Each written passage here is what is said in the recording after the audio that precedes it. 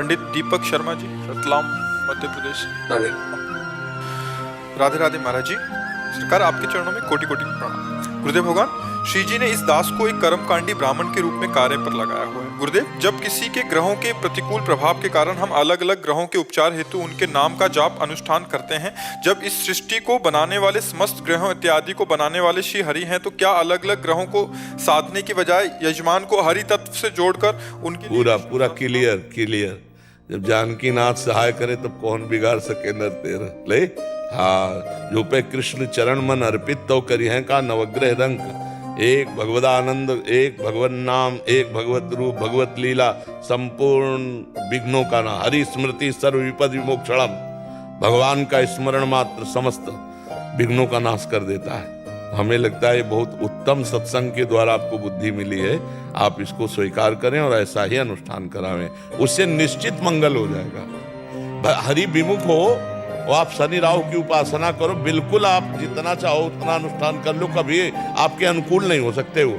और 7.5 शनिचर लगा हो और भगवान की आराधना कर रहा तो कुछ नहीं बिगाड़ पाएगा, आप समझो।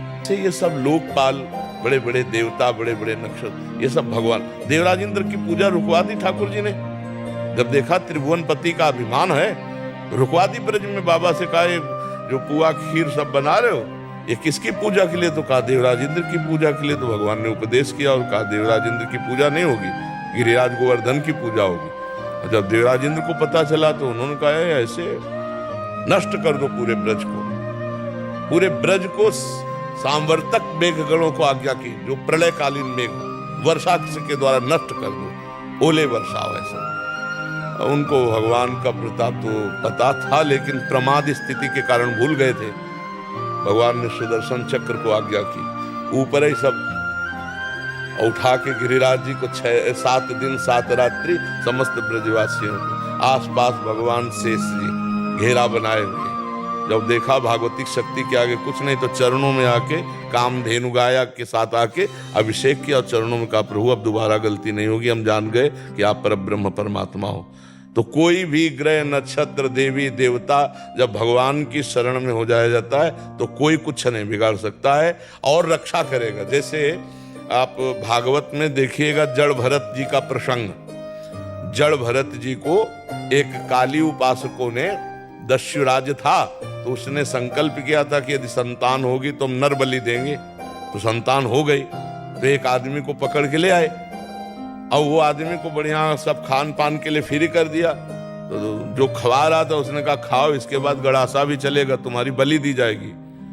अब वो अवसर निकाल के भाग निकला।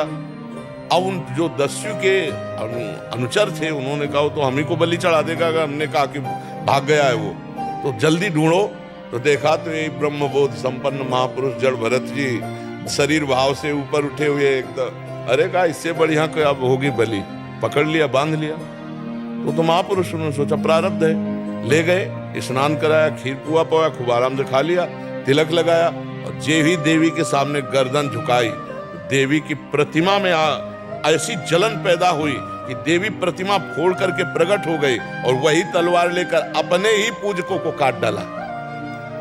जड़ भरत जी के प्रसंग में देखना, जो भगवान का भक्त है, जो ब्रह्म ज्ञानी है, उसको कोई ग्रह नक्षत्र देवता उसका कुछ बाल बाका नहीं कर सकते, क्योंकि सब में ब्रह्म बुद्धि रहती, भगवत बुद्धि रहती। तो हमें लगता है सही उपचार यही, हरि स्मृति सर्व विपद विमोक्षण। समस्त दुखों से बचने का उपाय एकमात्र भगवान के चरण है।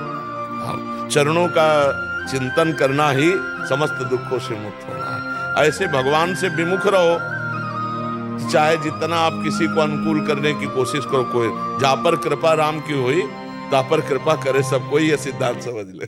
बहुत उत्तम बात है।